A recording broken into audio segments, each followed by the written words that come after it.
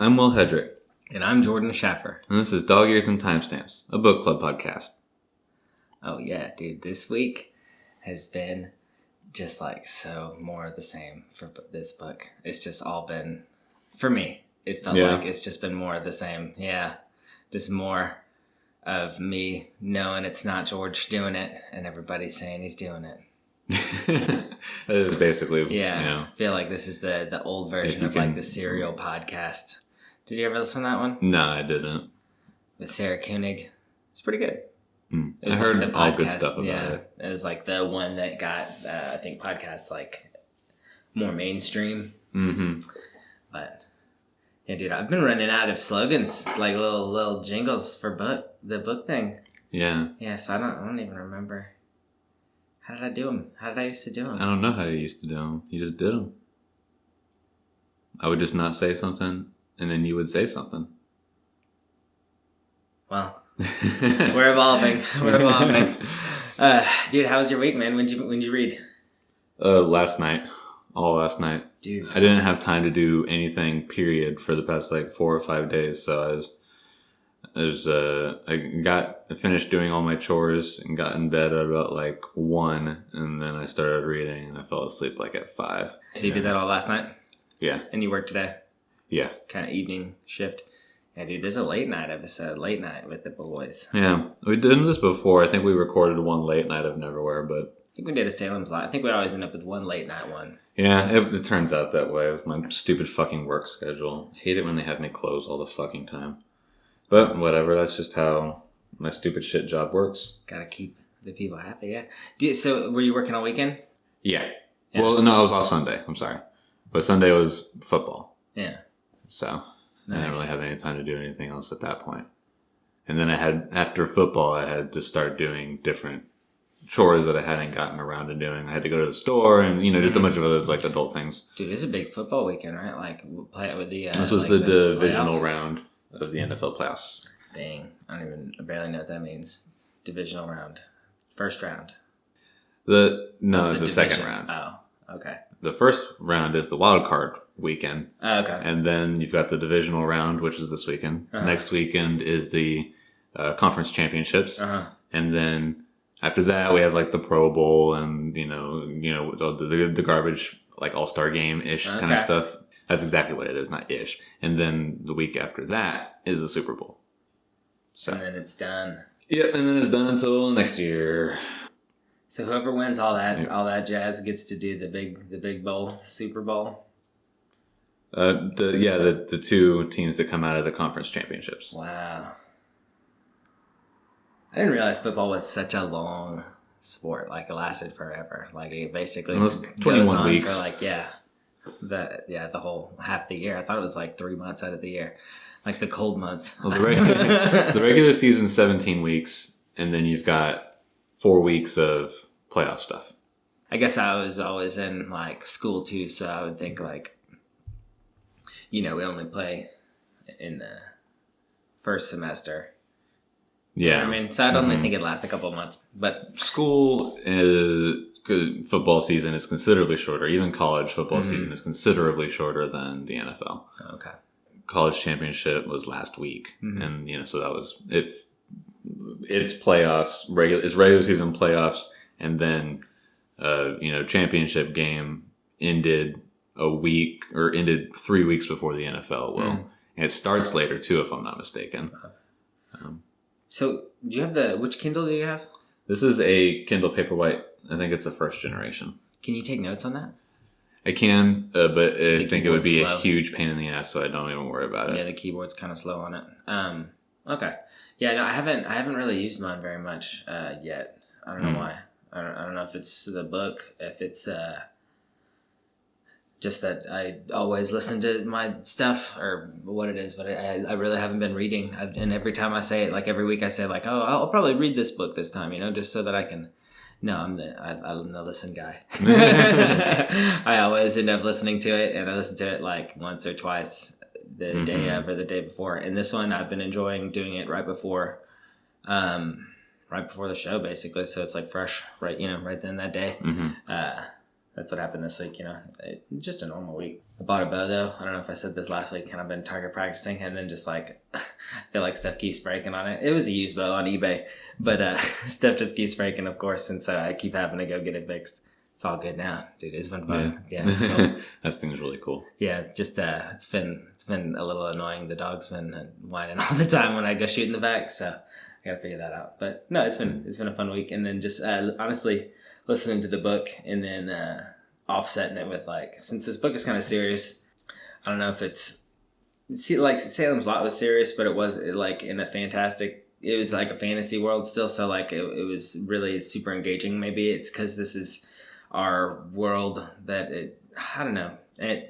This book to me hasn't drawn me in as fast as the others, I guess maybe. Mm-hmm. Well, I think that not up until, but at some point, this is supposed to be a mystery. Okay, that's probably why. I'm still waiting on the mystery. I think that I certainly don't know what the mystery is yet. I have a couple of ideas what the mystery is supposed to be. Mm-hmm. But up until then, it's all procedural. So maybe once we know what the mystery is and that part of the story begins, maybe it'll become more exciting at that point. It'll pick up and I'll feel super engaged. Because we've already been through, the first chapter was all about getting to know the people. Mm-hmm. Not just the author evidently believed that it was important to know them as people, not just characters. Yeah. And then the beginnings of the second chapter were just kind of now let's get up to speed. They're adults. This is what they're doing with their adult life, as a quick thing. And then this episode that we're doing is all George's procedural stuff, which is just, that's what court is that it's just very procedural and orderly in that fashion. So there's nothing exciting about that. People don't start sensationalizing things in the courtroom, or no one gets shot in the courtroom in movies and stuff like that, so there's not anything terribly exciting going to happen during this section. Should have been. The only kind of exciting thing that could happen is just the internal dialogue that happens and just trying to empathize with him. But he's a relatively unempathizable person because he already thinks so differently from the majority of people, certainly us. I don't know. I definitely do agree with what you're saying, that it's just kind of it just sort of feels like a fun a little dry, a little biography, of these two guys and how their lives intertwined, and it's did you know that Arthur Conan Doyle knew George, insert last name, I forget his last name every time. Adelgy, thank you. Adelgy? I'm just kidding. No, but yeah, I don't. It sort of feels maybe right it now, doesn't turn into a mystery. Maybe everything that I read about it was a lie. Because all I ever read was that it was just when we were trying to look up mystery books to read. This one was consistently in the top 5 or 10 of different lists saying this is a book that mystery lovers have to read. And it is cool that it is real people, so that's fun. It's also kind of neat that I just, you're right. It is a mystery. And at some point I want the guy that writes mystery novels to solve the freaking mystery, I just want him to do some Sherlock Holmes stuff. That's really brought in at some point. I also don't know. And the next section that we're going to read starts with Arthur. So maybe that'll probably get, revealed almost immediately, but the time flow is a little bit different because this section takes place over several years, close to 4 years, just over 3 years. Mm-hmm. And so then whenever we jump back to Arthur, are we staying at that same point in time, or does Arthur have something to do with what happens at the end of this section? Gotcha. I guess we'll just start talking about everything. There's not, because all that happens in this section is the court proceedings. Yeah, it's all George. There's no reason to go in order of anything. We can just talk about what happens. What happens is that George goes before the magistrates at Cannock, which is the local jurisdiction or whatever. And then they ultimately decide, now you're going to go to a higher court. So then they go to another court in Stafford. And there is where the full-on trial goes, and we see the day-to-day proceedings of that. Everybody's being called to witness and being examined and such. And then at the end of the 4th day, George gets convicted. Yeah, for unlawfully and maliciously mauling a horse. Mm-hmm. Specifically at his neighbor's farm. No, specifically at a certain farm. What was the farm? Well, not at the farm. He gets convicted for the slaughtering of the horse in the colliery, which is the coal mine, effectively. Oh, okay. There's another horse that gets slaughtered during his incarceration at Mr. Green's farm, which is right next door to the vicarage. The vicarage, yeah. But at least the prosecution says, as part of their case, they say, well, that'll just be something that the gang did to try and make it look like, it couldn't have been him if he's in jail and this happened, blah blah blah. They do it for like an alibi because they totally go for the gang approach, saying that there's a gang and it's not just George. There's a gang involved to some degree. This guy is a criminal and he's leading criminals and he's like insistent on not taking bail. Who would want to stay in jail? It's like it's just as I was listening to it, it was almost frustrating because we're from the underdog's perspective. So hearing the court proceedings from our side and just all the stuff that sounded like wins, and then just seeing how like it just didn't come off as a win, it's just frustrating. I guess because for us, the high points are all the wins when it's like, okay, cool. Like that kind of is almost like an alibi that like proves that George is free. Cause there was one point in the conviction where like a doctor was saying that the horse was killed 6 hours ago. So it couldn't have happened before 2:00. And that was when they said like he was out, in between like midnight and 2. They said that he had like, that was when he was out and he was like, well, there we go. Like I couldn't have done it. Cause it was within 6 hours of when, and I wasn't out then. Well, I don't remember the exact deals, but I don't think that was the point of contention. I think that they were just trying to pin it as being, during the time that he was saying that he wasn't out. And just him saying, well, I wasn't out is not evidence. I think he was somewhere else. It's just, I think he was at home. He was asleep, yeah. But the only one that can corroborate that is his dad, which they very quickly and easily pull apart as just being like, well, look at him. He looks like an old idiot. True. I just sort of took it to be like, no, his dad's a truth teller. Even though literally he thought like it sucks to have to whip out this old lie. he's like an old school liar, like an old. He's been lying about his son for years, so. Lying about his son? Yeah, he said he had to pull out some lie about him because his son is weird. Like, remember when he was getting like it was whenever the sheriff came over or whatever to like investigate, and he like first started investigating and asking him about like his son and how he had to like, I don't know, he said something about how he's like, it feels weird having to pull out this old lie again. I don't know, just because his son is weird and they have to like explain it off. Because there's like, he is the weird guy in town. And I think like his family, like, because he's got like a mental condition. Mm-hmm. We decided last week, I think. I don't know, there was some point in the reading that his dad says like, because when I was re-listening today, like I wasn't able to start exactly where we left off. So I re-listened to like the chapter over again where like he was at their house just like investigating through the clothes and going through stuff. Mm-hmm. And it's just like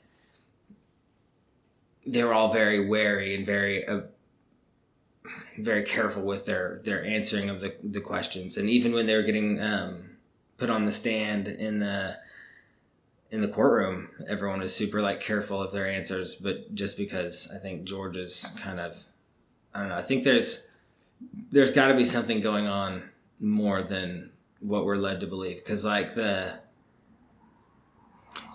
dude, there has to be something that, like, I must be fundamentally missing. Like, it must have been something to do with, like, his mental condition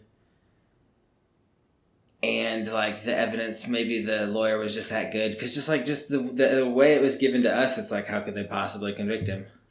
Well, so this is what the conviction hinges on. Mm-hmm. The conviction hinges on the fact that George is extremely intelligent and evidently so. Enough that he was able to be extremely well-spoken when being examined by the prosecution. And it was just evident how smart he was. Okay. He's a solicitor. He got top honors in his class at school. And then they get his parents on and they just look like old idiots that don't know anything. They don't know how to. They're just flustered immediately once they get on the stand. His father gets made out to look like a total idiot, just like talking about the lock and stuff. Yeah, just being old. Like, well, how do you know that it would wake you up if it's never happened? If you've never woken up in 19 years. Exactly. That was a double-edged question too. That like he had an answer for either side of that. Either way he could. Which is all very designed, but so that was smart. He just looked like an old, unconfident, easily fooled man.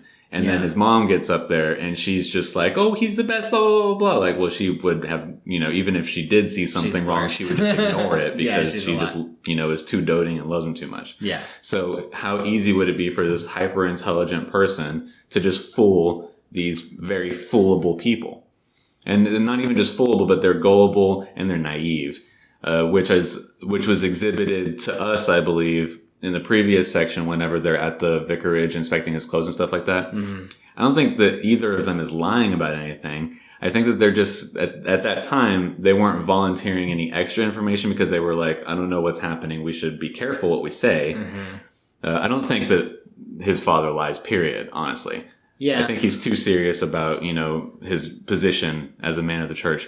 And then in the way that he responds to the questions at the vicarage and at the questions on the stands, he almost feels like he can't believe that someone would think that he's lying, because why would he ever lie? Dude, I feel like we're going to find out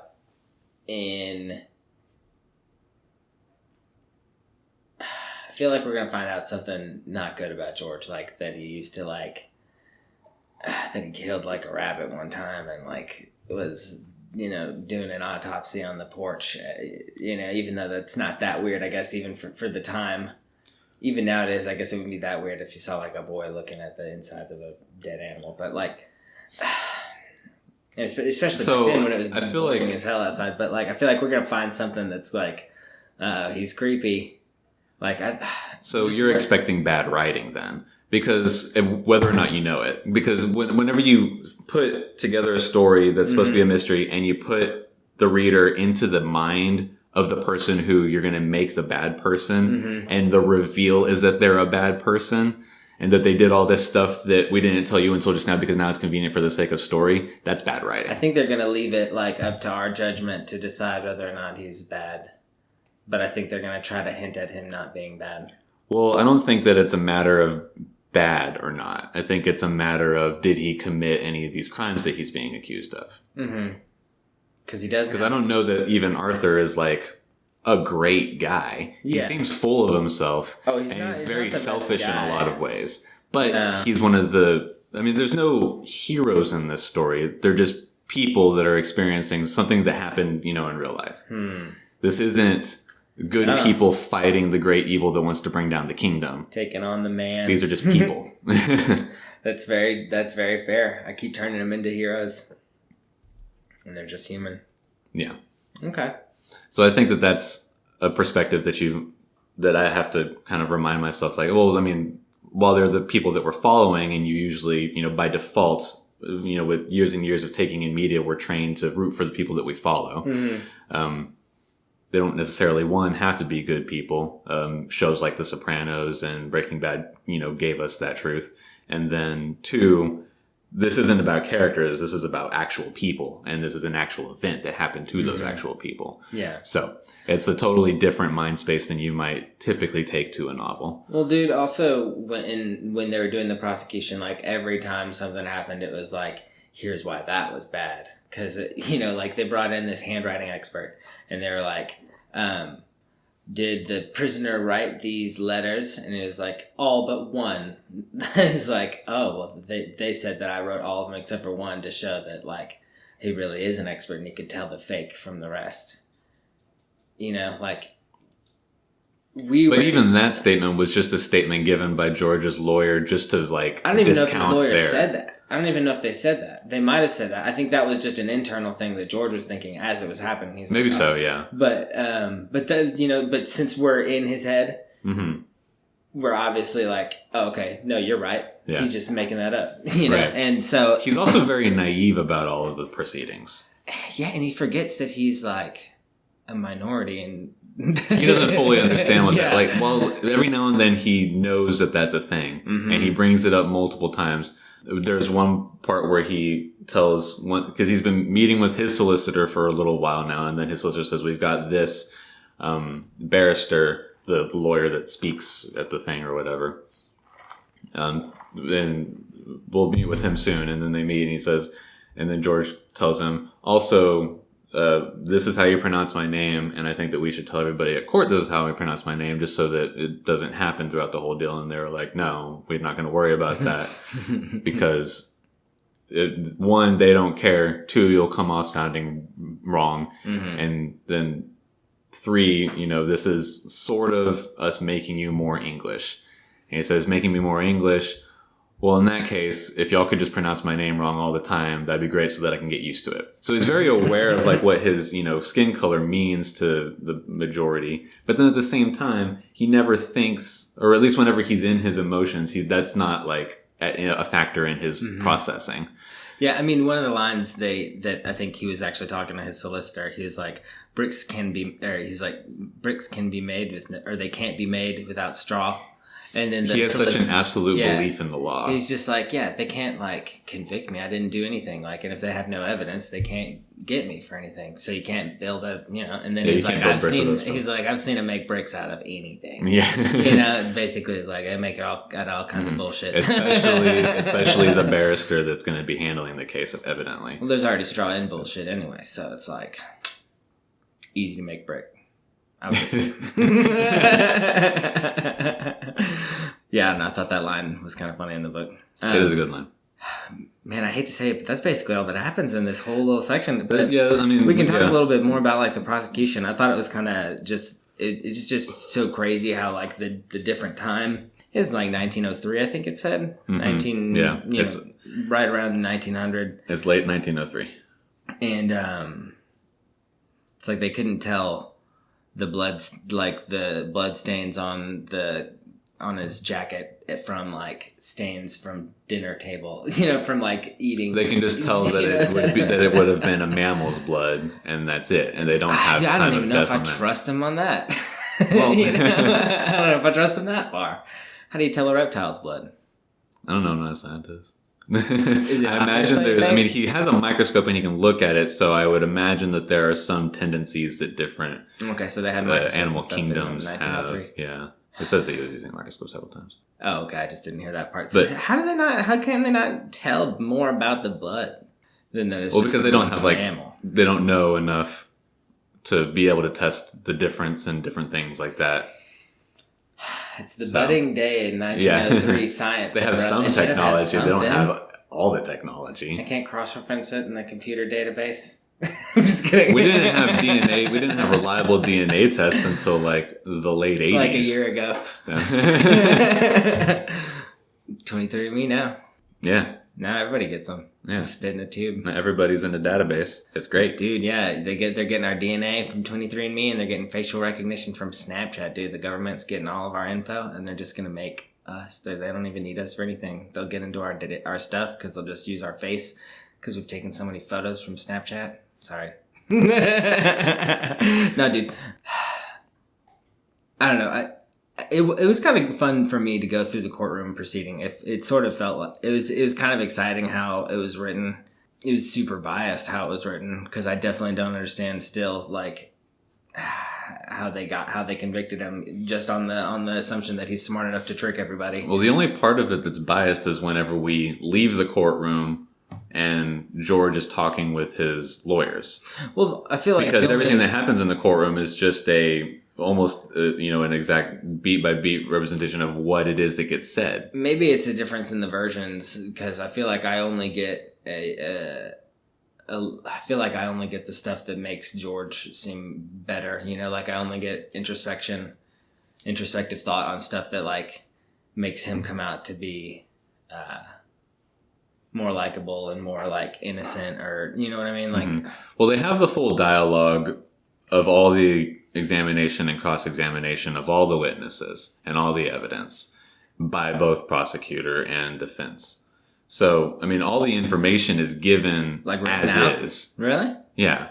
Well, I'm just saying that's the way that it's written. It's given in that fashion, and then we have George's reaction to some things every now and then. Yeah. His internal reaction, and then we have his discussions with his lawyers outside of the courtroom. Mm-hmm. But the proceedings themselves are as unbiased as can be. It's a literal representation of the conversation that happens. Well, dude, I don't know. To me, it felt like everything that like we said was gold. Everything they said was just like well threaded lies, or well spun. Well, that's the way you naturally feel whenever you're already rooting for somebody, or you already believe that you're on somebody's side. I don't really like George that much. I kind of don't really want him to. Like I kind of wanted them to say, I don't really like him. I don't know why. They said he was a weirdo. Okay. But you said that you keep trying to make him and Arthur out to be heroes for the story. I know. I want somebody to be a hero. I want there to be like. I felt like this was. I don't know. I felt like this was written so that George was he was supposed to come out as the victor in the courtroom, like we were expecting to win, and then we didn't. At least I think we're expecting to win because we know he didn't do it. If he had done it, we would have seen him do it. Would we? Unless this is a poorly written book. I guess we'll find out. There's definitely a whole lot still to find out. No, but you're right. If it was something that he had done, we would have seen him do it. Or we would have never been introduced to him until this point. Maybe. I don't know. I read this one book that was like... It was two people. And one was like an architect and one was a serial killer. Mm-hmm. And they meet at the World Fair in Paris, I think. And I don't think I finished the book. Did I finish the book? It was for college. It was really like I was not having fun reading it, but it was just like, it was weird. I feel like I've been getting a weird vibe like that this whole time. Just like that he's not that he's up to no good. But you knew that the serial killer in that book was a serial killer. You knew in that even one. Without having finished the book. You knew from the start in that one. Yeah. But, so that's not a betrayal of the reader, and therefore not. But we never went with him. We never killed anybody with him. We just knew like he was doing stuff. So you're right. No, we knew. It was never a betrayal of the character. You're right. No, you're right. I knew every time. It was like a Jekyll and Hyde kind of situation. It was like flipping from one mentality to the other. I think that was the appeal of the book, is that it was the two brains, and this is just sort of like two people, not even necessarily that similar. It was just kind of two stories and how they're. I feel like we don't know how they come together yet. They're about to collide. Yeah, that'll be there's something yet to come for sure. Something of some nature is yet to come in the story. How it is that George and Arthur come together, what that means. Does George get exonerated of this crime, or does he just not have to go back to jail? He just lives out parole for whatever his parole remainder is, and then just gets back to life at some point? Yeah. What is it that got... Because he gets transferred, or he just gets taken to London one day without any explanation, and then goes to like the courthouse or whatever outtaking it is, and they're just like, all right, you can't leave London. If you have plans to leave London anytime soon, you have to let us know. This is what you have to do, blah, blah, blah. You're on parole. Okay, you're free to go. Mm-hmm. That's what happens. And so he doesn't have any idea that he's being released until it happens. Until he gets, yeah. So it's not like there was some sort of thing happening leading up to it that even like his father could write him a letter about saying, hey, it worked. We're going to, they've approved your parole. You're going to get out or anything like that. It just fucking happens. Yeah. So there's some catalyst that's beginning or has happened at this point that we don't know about. What is that? How big is it towards the greater story arc? Who's involved with that? Would it be weird to think of somebody getting out in 3 years for a 7-year sentence? It's certainly possible to like, the phrase good behavior exists, Mm-hmm. But I'm pretty sure that there would be more forewarning and knowledge on George's part, certainly in that while he was at the second or the third prison, really, that he goes to, the second one that he spends his sentence at in Portland, mm-hmm. He like kind of says something weird at the beginning, like he always does when he first meets the chief, and at the very least, he is then becomes suspicious that he's being targeted for the random searches, mm-hmm. Because of the sort of odd comment that he made about not being one to escape. And so if he's already under suspicion, then he's suddenly let out on good behavior without being told anything. It just doesn't make any sense from that angle. So I feel like something happened that made somebody make a move and say, okay, we've got to get him out of prison. Okay. Now, obviously, we'll be told that hopefully here pretty soon. Or not, and it just doesn't matter at all. It's just some weird thing that happened in 1904 law, in 1904 English law. How familiar are we with that? And then, it just doesn't matter. It's just another story beat and what continues to matter later on. We'll find out all that, obviously, before we finish the book. But. So Arthur he's a doctor, right? It says he's a doctor, like a medical doctor? He's a medical doctor. But he writes. Yes. He's just a jack of all trades. Yeah. So, and he's written these world-class mystery books, so he thinks about death all the time.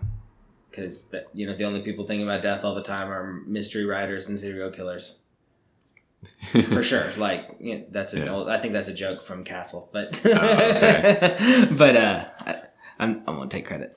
But, but yeah, I mean, like, they are. So, like, I assume that's probably how he's relevant. Like, I assume he comes in, he's like... Well, so from just knowing about the book, we know how he's relevant. He solves a case. I feel like for this George. Case, I guess, but... maybe it's either this literal case or it's maybe something additional happens. The real thing to find out, in my opinion, at this point, is who it is that's been harassing the Adalji family for so long.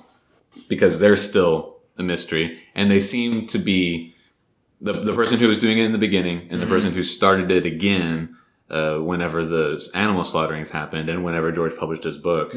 They are the same person, evidently, because the person who wrote that first letter the second time signed it with one of the same things that he used when he signed the last ones. You know what I just remembered too? He said he was going to escalate it to women. It wasn't just going to be animal slaughters. So I assume that, like, once he gets out, it's going to start being women that get killed.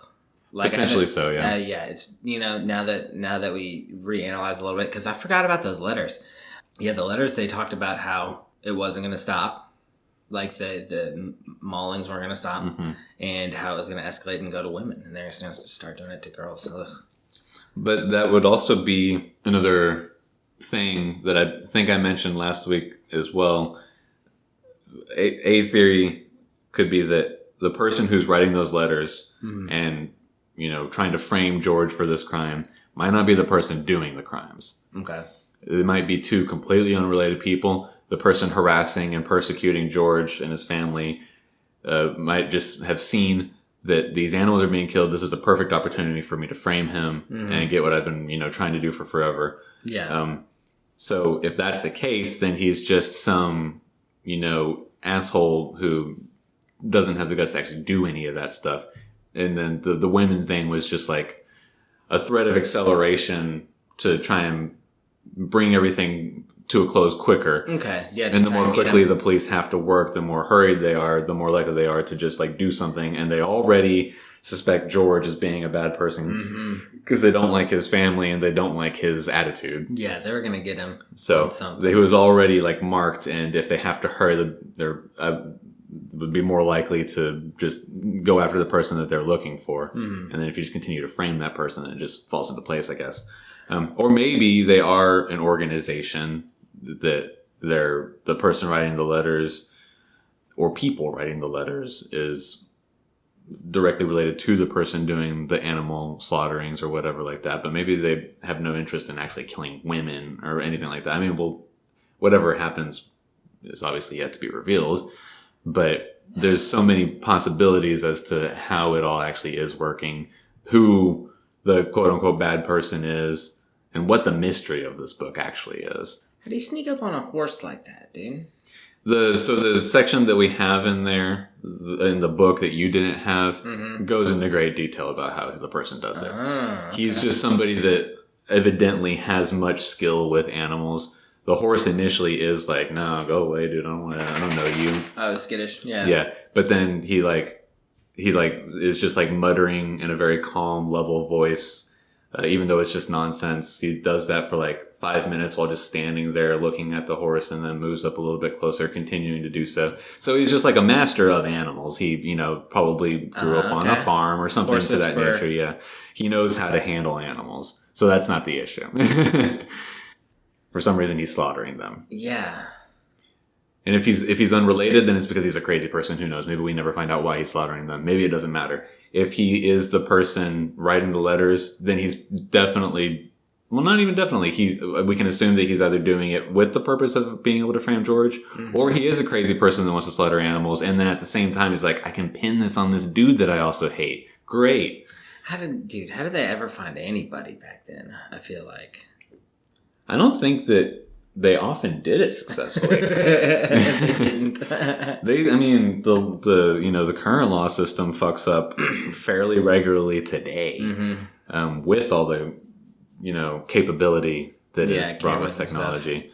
So they were definitely messing up, I'm sure, a decent amount back then as well, and even before. Yeah, I guess that was the appeal of Sherlock Holmes, is he put all these deductions together that were so solid, but based on just clues. It was that was probably the grand appeal to I guess that was probably the first romanticizing of homicide, because it was probably a really not romantic job up at that point. It's probably a lot of failure, a lot of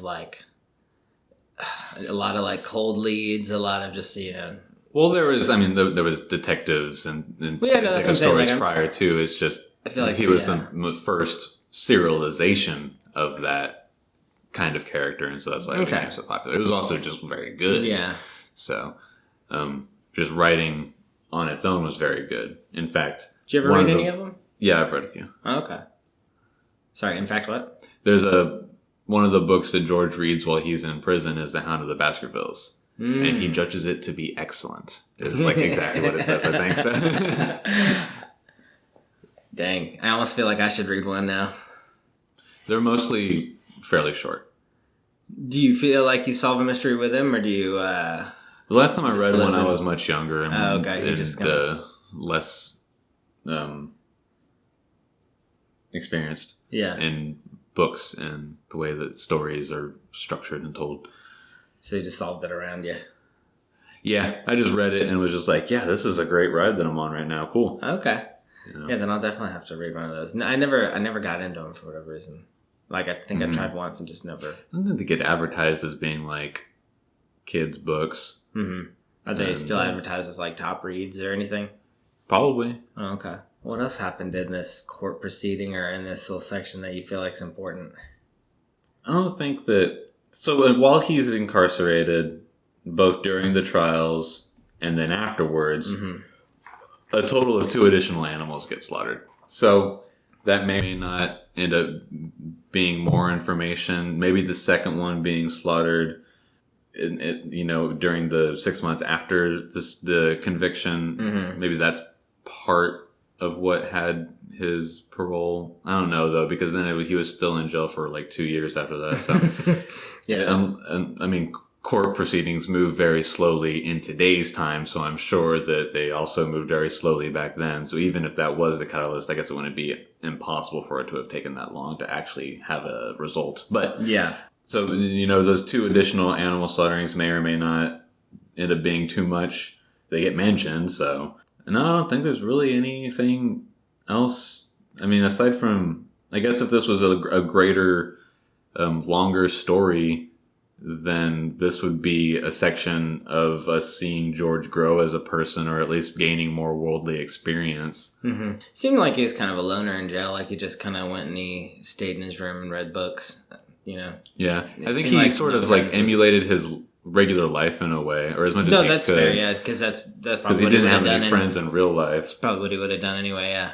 And he talks to himself about, or he doesn't talk to himself. He thinks about how if he can just find a regularity and a stringency in his prison life, and then that can help him get through the whole time that he has to be there, because if he just thinks about his previous life, then that would be much more difficult. Oh yeah, dude, you'd have to forget all about that. You'd have to start over. It'd be like a restart, or like you're starting a new game or something, like a new character. Right. You'd have to be like, all right, this is prison Jordan.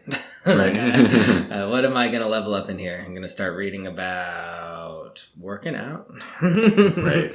But I feel like that's what everyone says. They're going to go get buff in jail. You've got a lot of time to do a whole lot of nothing else. Well, I guess that's pretty much, I mean, that's more or less it. There's definitely little details about the proceedings that we didn't talk about, but that's not really, like we talked about a little bit last week, the way that this book is structured, it's not really necessary for us to go beat by beat. And ultimately, the goal that I would want to have for the entire podcast would be that we can just talk freely and not have to follow a structure as we become more experienced with how we do these episodes, Yeah, we'll be able to hit the different talking points and highlights that we thought were important with a more story based, with a more like timeline relevant story based kind of deal. Mm-hmm. Depending on the story as well. Yeah. Different things lend themselves better to taking it through that sort of play by play style. This particular section of this book would not have, if we had gone beat by beat with this, we would have just basically been reading the book. Yeah, it would have just been the court proceeding. So, yeah, because that's really all that happens, and then it's all of George's thinking during his time in prison, as well as huge time skips, because he ends up spending close to 3 years in prison before getting his discharge. But yeah, and it was, to me, I thought that they should have said it that way. Spent almost 3 years in prison, and not like George had 4 years of his sentence left. That was the way that I had been told how long he was in jail. Like before he got released, it was like it said that he had 4 months of his sentence left. 4 years of his sentence left. So I was like, okay, you didn't have to say it like that. You could have said it. He had spent 3. Yeah, I don't know. I felt like it was just weird to say how much he had left rather than like how much he had done. So well, that's just syntax. half glass half empty kind of mindset. It's like, still have 4 years. And I was thinking like, dude, you already got through 3. You only got 4 left. You're like halfway there. That's how I was thinking of it, I don't know. I don't think I like this writer. I think I just have a beef with the writer. Yeah, I don't know. It'll pick up this next section. How much do you want to read? You've been cutting it into like perfect hour increments, basically, for the audiobook? So at this point, we're just going to get through chapter 2. Okay. Chapter 3, it starts with an Arthur and George section. Okay. The first half of the sentence is, ever since Sherlock Holmes solved his first case. So if you're doing the audiobook and this happens to be a section that is in the audiobook, that's where you stop. Yeah, let me write that down. Ever since Sherlock Holmes. The last line of chapter 2 it's Arthur reading a letter. It says he reads the name of the person that wrote the letter. So that's how the last section of chapter 2 ends. I bet I know. So Arthur's reading a letter, and then in chapter 3 is an Arthur and George section, the first line of which is talking about Sherlock Holmes. So if you've got the audiobook, the abridged version, or even the actual book, the abridged version. Yeah. If you get to a point that seems like that, that's where you stop. If you're reading the actual book as written, we're reading through chapter 2. Whenever we get to chapter 3, we'll stop, and that'll be the week after. All right, dude. Yeah, so we're almost there. At least for mine, we're almost done. Yeah. It'll be interesting to see how much of your version, or how much of the original gets cut in your version, because this is another like 180 pages is chapter 3. Yeah. Whereas by your count, we're more than halfway done. I wonder if that's why I'm not liking it. Maybe I need more content. Maybe I just need like more info. Maybe. Yeah. Maybe. It's the definite that's like the big difference. Possibility. Yeah. There is a huge content difference in the abridged and non-abridged versions. I've never really run into that issue either. I've always like gone for unabridged. And if I've ever run into abridged, like I guess I've never sat next to somebody reading the unabridged, Right, yeah. So it's never been a typical an issue. experience, yeah. So this is interesting for sure. quite a lot's getting left on the cutting block or whatever they say. The cutting room floor. Yeah. Or the chopping block, or in the editor's room. I'm sure there's a million other ways to say, depending on what discipline you're in. Anyways, we'll be reading that section, and then we'll be going over all of that next week with y'all. Yeah. I think that after that, we'll probably, including next week, we might only have maybe 4 episodes more. Maybe a total of 7 episodes. Maybe just a total of 6. I don't know. Just going off of how it's been divided up so far. Gotcha. Yeah. For me, I've got like an hour and a half left of the book to listen to. So we can stretch it out as long as you need, because I know you've got a lot more to read. So whatever is easier for you guys, because this is more of like a book club. So we'll let y'all. So catch us on Twitter, Instagram, email, all the things that we've been talking about. And we'll see y'all next week. I'm Will Hedrick. I'm Jordan Schaffer. This is Dog Ears and Timestamps. Go Pats.